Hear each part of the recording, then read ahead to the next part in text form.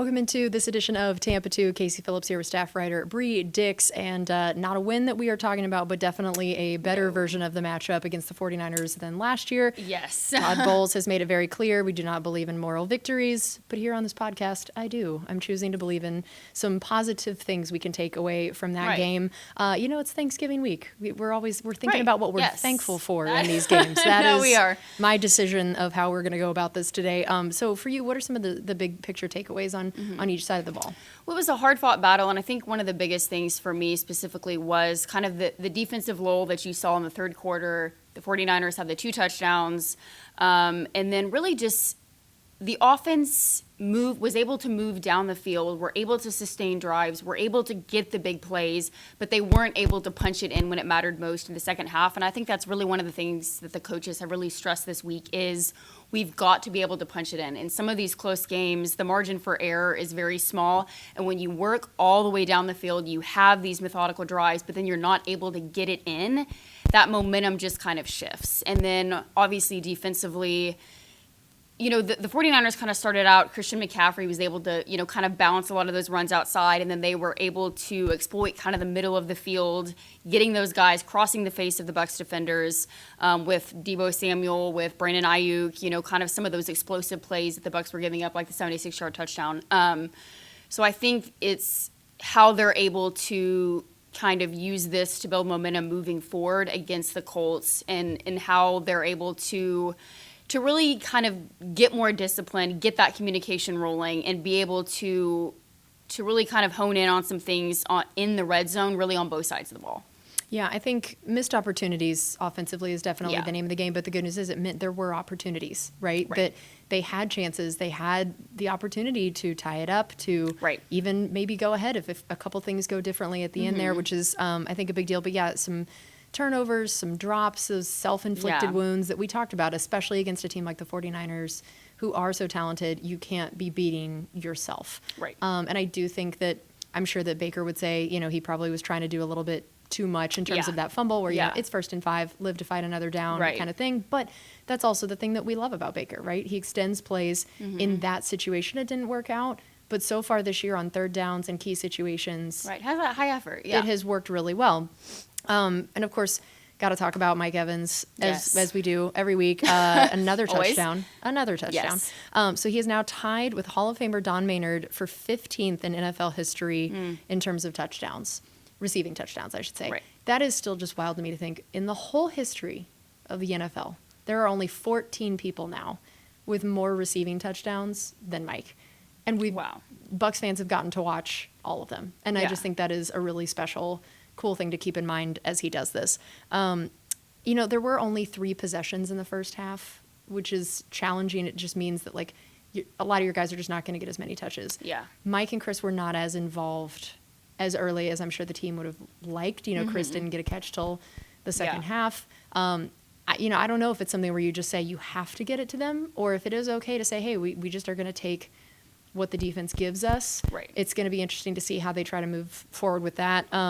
I did love getting to see how many young guys on both sides of the ball got involved. Offensively, Rakim Jarrett, his 41-yard catch. That was a huge play. And to trust a guy like him, again, remember, undrafted free agent, who showed enough in a crowded wide receiver room to say, you need to put me on this team. And not just that, you need to put me on the field, and you can trust me in a very key situation to make a big play. So I thought that was very cool. Again, we saw Rashad in space. Good grief. Is he good in space? I had written in my notes before this play even happened the idea of breaking ankles, and then I felt like I definitely couldn't say that because he actually somebody got hurt on the play. So I didn't want to make that joke. But, good grief. Rashad in space is incredible. What he's able to do, making guys miss. And it was interesting this week on my show with Coach Bowles. I asked him about the idea of Rashad knowing, we now know he's definitely good in space. Got that figured out. Got the screen game going, all of that kind of thing. I was asking about the progress in terms of also knowing when and how to just put his head down, of when he needs to be kind of more the power back as compared to just the in space change of pace back. And Coach was saying, he's like, he's got it figured out now. We've seen progress in that area of where we feel like when he needs to be that guy, he can. Yeah. And I thought that was great to hear. Defensively, definitely better in the run game than the last matchup for sure. But then Brandon Ayuk happened, which was crazy. 156 receiving yards. When you have Antoine Winfield getting 16 tackles, first of all, props to him. Yes, but that's not the person you want. What you want to see leading in tackles. Kind of like Vita Vea leading, last year leading the team in sacks. Not the best thing. It's great, but it's not necessarily what you want. It was a franchise record for a DB in tackles. Again, it's better than it being a corner, for sure. Yes, but still not ideal on that front. But yeah, just the receiving game, it was just kind of tough. And coaches said, hey, in zone we've had some breakdowns here. They were playing a lot of man, and it just sometimes they made a good play, or guys missed time jumps, or whatever it is. Anytime a quarterback has a perfect passer rating, it's not great. The first one since I think Joe Montana and Steve Young in 1989. For their franchise. Yeah. And then of course the same way we always have to shout out Mike. We got to shout out Levante. So passed Rondé for second most tackles. Yes, that he did. In franchise history. Now he's just behind Derek Brooks. Love that it came on a sack. So he also has multiple tackle for losses in the game. He has 5 games now with multiple tackles for loss, which is the most in the NFL this season. And he's already gotten his highest sack total for a season since 2018. Wow. With 3 so far. Just, again, the level he's playing, unbelievable. And then same thing, Yaya, I loved getting to see him get his first multi-sack game. He has been putting up some big impact plays. It's going to be interesting to see what his role ends up being down the stretch here, because he's just really he's making some big time plays. Vita, same thing, another sack. Now, again, leading the team, 5.5 so far this season, which is not a bad number at all. And we talked about the young guys getting in there. Josh Hayes, Kayvon Merriweather, Servacio Dennis, all getting kind of their first meaningful snaps, which, you don't need to see. You don't want to see them in there because of injury situations. But coach said he liked they were all kind of flying around, playing strong, playing fast, which is what you want to see from the young guys, which now takes us into normally where we talk about our injury report. Because of when we're recording this, we don't have an official one. But what do we just kind of know from the game that we're going to be keeping an eye on this week? Yes, so in addition to the loss, had a significant blow, several starters exiting the game with injuries. Jamel Dean left with the foot ankle injury. Levante David exited the game with a groin injury, and then Carlton Davis exited with a hip injury, and then even Tristan Wirfs with the leg injury. So those will definitely all be something to monitor. Dean, David, and Davis, and granted we're filming this on Wednesday, so don't really have a lot of the injury reports coming out yet, but they did undergo MRIs, and we're kind of awaiting to see what the information of those, how severity the issues are.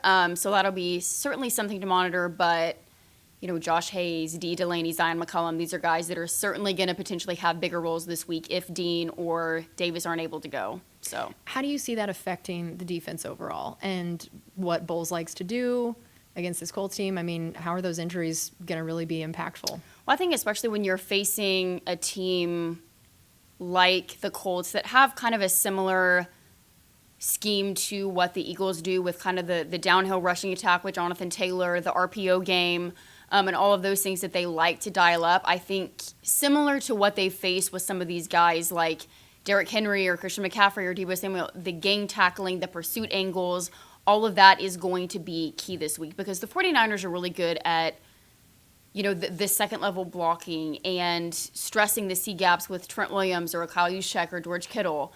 And so this week, when you have a guy like Quentin Nelson, that's kind of that mauler that's paving the way for a guy like Jonathan Taylor, kind of how they're able to assist. And also I think this week in particular, the pass rush is going to be crucial, because that is what dictates the flow of the game. That helps out your cover guys where they're not having to be in coverage for quite as long.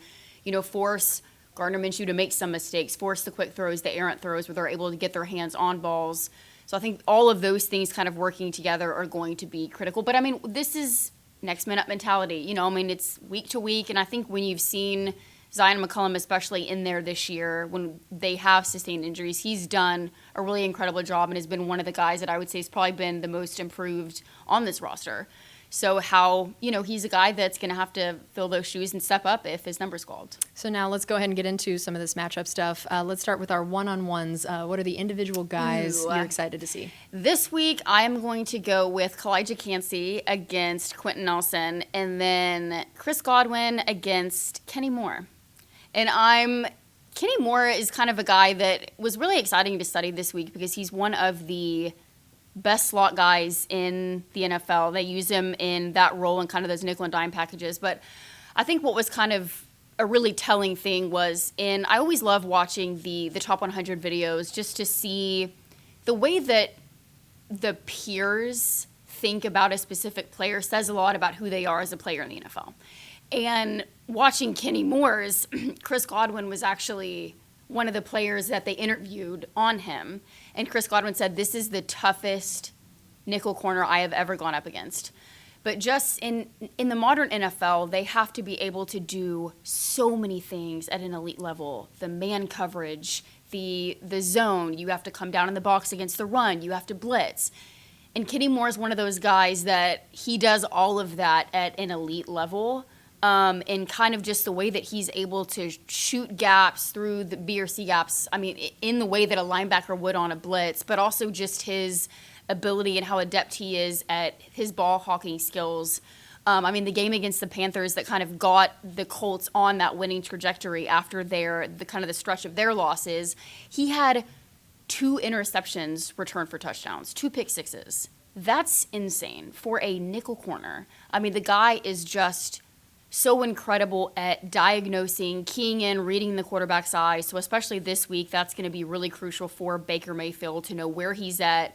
And then for Chris Godwin, I mean, he's as reliable as they come in the contested catch situations, kind of exploiting the zones or when he's given that free release, and just adjusting to the ball. So I think that's going to be a really, really big matchup this week. And then, of course, Elijah Cansey's just having an amazing season. And it's great to see him having the impact against the run game, getting the tackles for loss, something that was kind of a question mark when he was coming out of Pittsburgh with his size.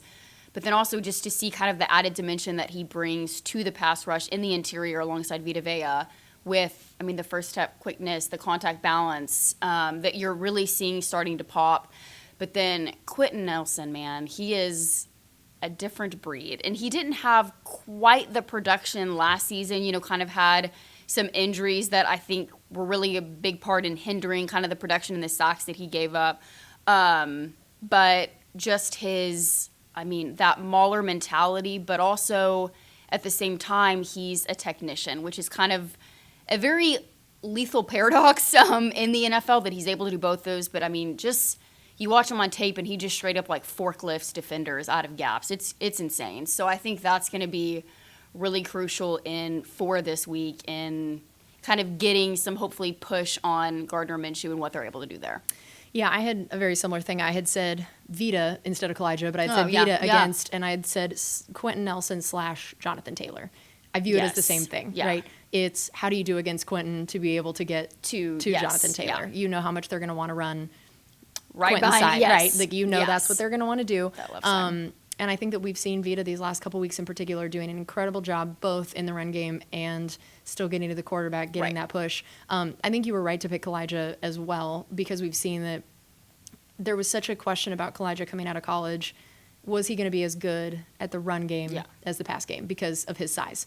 And I actually just had defensive line coach Casey Rogers on the radio show this week, and he was like, I'll be honest, he has even surprised me. Yeah. He said, we were excited to draft him because we knew the kind of disruption he could be in the pass game, but we figured we'd have to work maybe sub a little bit more. People, yeah. He was like, he is making a case for him to be out there all the time, that he's doing a really good job, working on all that and being strong in the run game as well. Right. So I think that's really great to see that for him to be worth a first-round draft pick based pretty much just on his pass rush, whatever he's now going to be able to give you in the run game, icing on the cake. And I think that's really great. Another one I had picked was Zion against Michael Pittman. I'm just sort of assuming at least one of the guys are probably not going to be available. Again, we don't know yet. We don't have an injury report.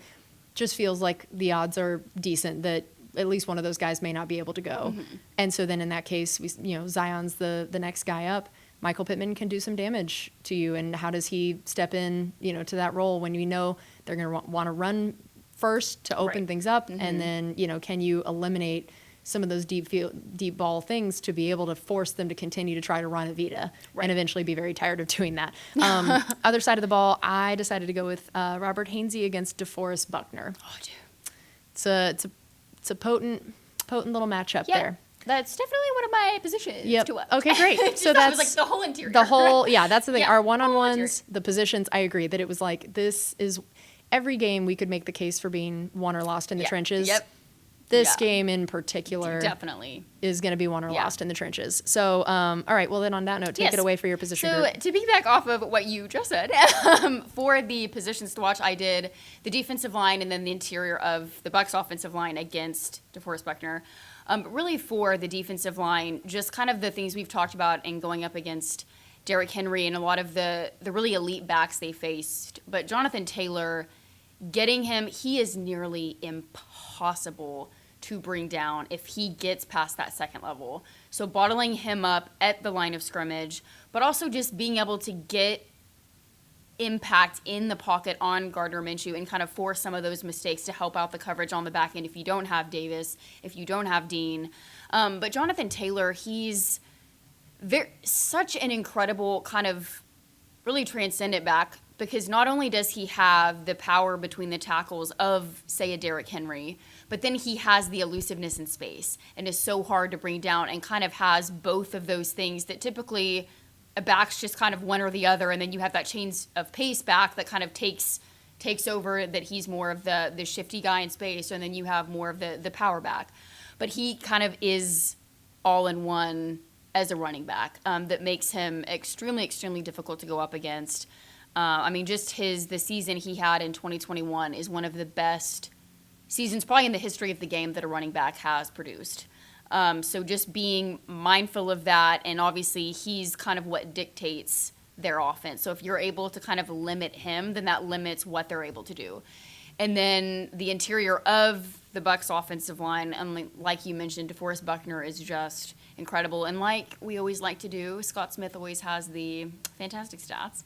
So again, I stole some from him this week, but since week 9, Buckner has led all defensive players with a pass rush win rate of 27.6%. His 11 total pressures ranked 9th over that 2-week span. But I mean, just a guy that routinely gets push up the middle. It's just an annoyance for quarterbacks, has that power. So how is the interior able to hold up against that, keep Baker Mayfield upright, and even if he, kind of has to scramble out a little bit and kind of keep his eyes open downfield, how they're able to kind of connect and move along with him to keep that rolling. And then also, I would like to see the ability to just get some of those, the mid-zone, the duo, and some of those interior things, get the run game going through that interior, and not make it have to be just kind of the perimeter, the getting Rachaad White in space, but to see something up the middle, I think would really help kickstart this game, the play action, and all those things that would kind of help just take this offense to the next level with the bootlegs and everything for Baker Mayfield. Yeah, I agree. So I also picked our offensive line for a position group. So here's what's interesting. I think people might have heard the news. Shaq Leonard gets cut by the Colts and might think like, oh, how helpful, which sure, like he's a pretty talented guy, but they rank in the top 6 in sacks, strip sacks, and fumble recoveries. Despite this time during October where they had a 3-game losing streak, they saw like Shaquille Leonard play the lowest snap percentage of his career since he's had a couple back surgeries. So he already wasn't maybe the guy he's been in the past. And even knowing that and how few snaps he was getting compared to normal, they were still high up there in all those categories. Right. So it shows even without him, they're forced to be reckoned with. I had also said I thought that Mike and Trey were I'm kind of counting those two for us as like, I didn't want to just even go wide receivers overall, specifically Mike and Trey I wanted to talk about. So I found this article that Sports Illustrated did that I thought was really interesting that kind of dove into the Colts defense a bit. And they talked about how they've played a more typical cover 3 a lot longer than a lot of other teams in the league and focused on that a bit. And then it began to shift more into a quarter style scheme just the last couple weeks before their bye week they're coming out of. And that apparently the results have definitely changed. And so the opposing quarterbacks in these last couple matchups have combined for a yards per attempt of just 5.57. Average depth of target for those offenses was kept below 5 in both games. So all of a sudden, when they made that shift, that they were having to go for much shorter stuff, Right. that the deep ball was getting taken away a little bit more. So can you still, with guys like Mike and Trey, get at least one or two of those deep balls to try to open some stuff up down in there underneath? Yeah. Because the way they've switched this coverage has definitely shortened what a lot of teams have been doing in this time of how far they've been throwing it, taking these quicker things. And then, I mean, look, maybe that's a good sign for Rashad and what he's going Right. to be able to do. But Well, I even think Devin Tompkins. Exactly. You know, on the end arounds, the sweeps, Yep. and But I would love to see, can you still try Right. with the new, and are they going to stay with what they've done these Right. last couple weeks? Now they've had the bye week to assess that, what are they going to be looking at? So I think that those were a couple of my position groups. And then, of course, all the defensive backups, like what we've talked about. There are so many of these guys Right. that are having to step in, and they're so young, and they've had so few, snaps in these meaningful games. And we know that down this stretch, like, this is it. This is when there are not many losses you can have at this point, knowing how crucial it's going to be Yes. to win this division. So it is crunch time. This is when it matters. These are young guys having to step in potentially. Again, we don't know at the time of this podcast how many of them it's going to have to be, but the guess is it's going to be at least some of them. And so can Right. they step up? Can they play fundamental? Are they not going to, get flustered and have penalties and things like that? So I think that's going to be really big too. So for you, keys to the game, hit me. For me, I think red zone, really on both sides of the ball. The offense has struggled down in that area. They were able to cash in, with the touchdown to Mike Evans and Rashad White against the Niners. But I would like to see more consistency down there. And then even though the defense, the touchdowns they gave up against the 49ers, they're still in the top of the league in that area. They're the first in the league in touchdown percentage allowed in the red zone, and then they rank first in goal to go touchdown efficiency at 44.4%. So if it's a close game, being able to get 7, to not have 3, and to be able on the opposite side of the ball for the defense to be able to get those stops that they've gotten routinely, I think that's going to create that sense of pride, and that's going to create that confidence that this team needs going forward. So I think that for me is definitely going to be the biggest Yep. thing to watch. Yep. In this next Stop game. the run. Yeah. First, second, and third. Stop the run, protect the ball. Yeah. Hopefully continue to get some success in that screen game that's worked so well for us. Right. I think those are going to be some of the big ones. And, just not beating ourselves, getting to the point of Yeah. penalties, turnovers, stuff like that. Playing a clean game is going to be really Right. important. All right, what is your quote of the week? My quote of the week was a quote from Todd Bowles that I think was just kind of really summarizes the 49ers game and kind of moving forward what the Bucs are kind of keying in on. But he said it wasn't just the red zone offense. We could have made some plays on defense in the third quarter. We could have made some plays on special teams. We made one in the fourth quarter to get us down there. We had chances to make it close and even try to take the lead if we got in. But one time the ball got snapped early. We have to execute when we get down that far. I thought we moved the ball between the 20s. We moved the ball pretty well. We have to find a way to punch it in the end zone, and that's holding us back. It's the small things that are holding us back from winning these ball games. Yep. And I think that really is just kind of a microcosm of everything. The attention to detail, being disciplined, whether it's the run fits or just offensively, the penalties and all of these little things that may not be just this earth-shattering thing in the moment, but adding them all up, that ends up being the outcome of these games. So how they're kind of able to minimize that and really just play clean, complementary football. Yep. Mine was also from Coach Bowles because, again, we're doing this early enough in Yes. the week. Haven't been that many people to talk Yeah. yet. He was talking about the defense overall and that, is it one person? Is it more than one person? What do we need to do? All that kind of stuff. And he said, that the defense has to be more productive. It's not just one guy. Everyone has to produce more. When you lose a starter, everybody has to make more plays. We don't sit and compare. Someone could come in 2 plays and have 2 sacks. That doesn't mean we're going to play them 50 plays. They have productive things when they do them, but there's a reason why they're not playing. We're happy with everybody, the way they're playing. We have to get more production out of everybody, and we know that. So he was talking about the idea of some of these guys that have come in and they've done really well versus everybody else, like your starters, your backups, your young guys, your whoever. He was like, look, everybody across the board, we need a little bit more from everybody. There's a reason that certain guys are in certain roles, and it's been great when you do have some of these backups come in here, and it's going to be interesting to see down the road, do they start some guys start getting more snaps, some guys start getting less snaps, just as you go along, who's the hot hand, ride it.